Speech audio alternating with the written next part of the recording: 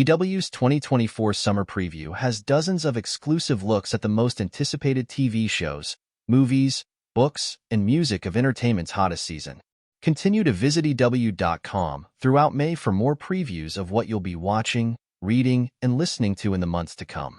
In 2024, Glen Powell is a man of many faces. Anyone But You, his smash hit rom-com with Sydney Sweeney, technically hit theaters at the end of 2023, but its success defined the box office for the first few months of this year. There's more where that came from, too. In addition to starring in Twisters, Powell is also the co-writer and star of Richard Linklater's Hitman, which is coming soon to Netflix. As Gary Johnson, a police IT worker who finds himself thrust into duty as an undercover sting operative pretending to be a hired assassin, Powell pulls off many different looks. When we first meet Gary, he's dressed as functionally as possible. The glasses, khakis, and button-down shirts are perfectly acceptable for his work as an adjunct philosophy professor and tech hobbyist, but certainly don't make him stick out in a crowd. Only when Gary begins working undercover does he really start to think about the way he looks. A lot of this movie is really about the way we label ourselves and the way we see ourselves moving through the world, Powell tells Entertainment Weekly. Gary is a man who's moving through the world without an identity, so to speak. He just is attracted to what he is attracted to. He loves ornithology. He loves audio, A/V equipment. He's fascinated by a lot, but passionate about little. He doesn't put any thought into the presentational part of his life, except when he is in these sting operations.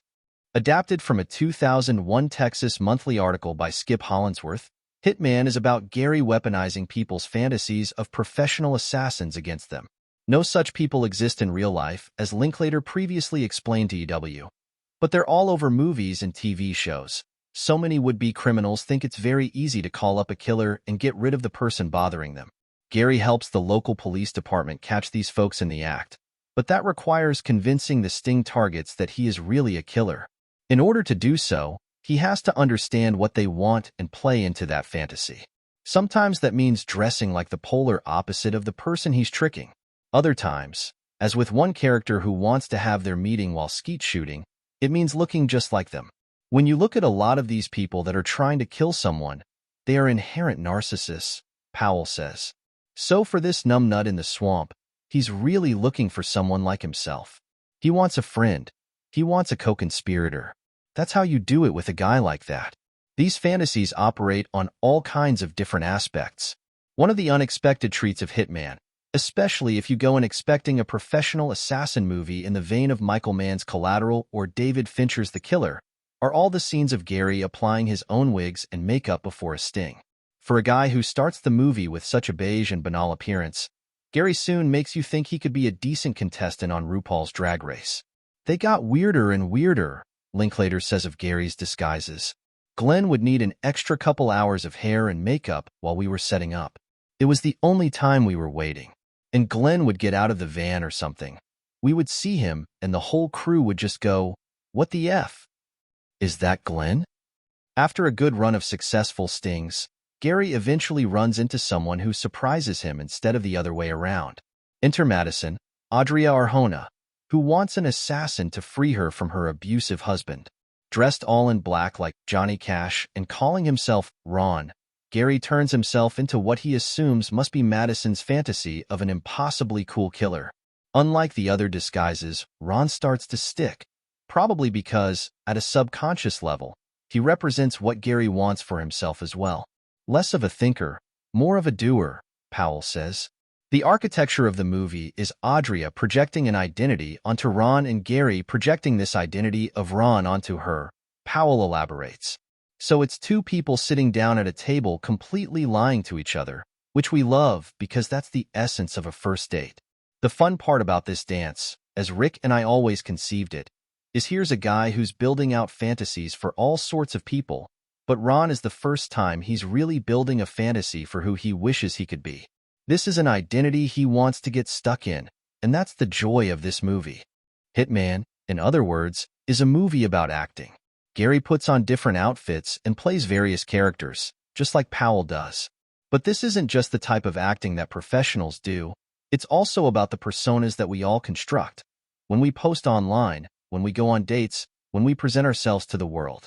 And Powell isn't the only Hitman star who gets to play that. As Madison and Ron forge a connection, she starts changing her look too.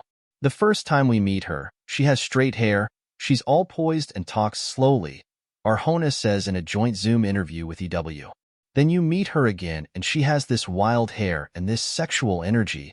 God knows where I pulled that one out of. Probably from working with me, Powell quips. Yeah, it was a mirroring effect, Arjona says sarcastically. Turning serious again, she continues, the only difference between Ron and Madison is that he knows he's playing a character and he turns it on.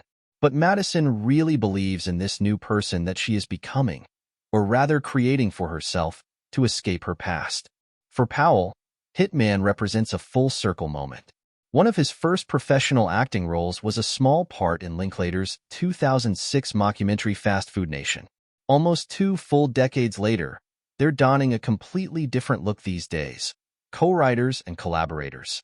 As a young kid in Austin who was obsessed with movies, I could look at a guy like Richard Linklater and be like, oh, this is a Texas boy who is doing it at the highest level and making films that people around the world are resonating with.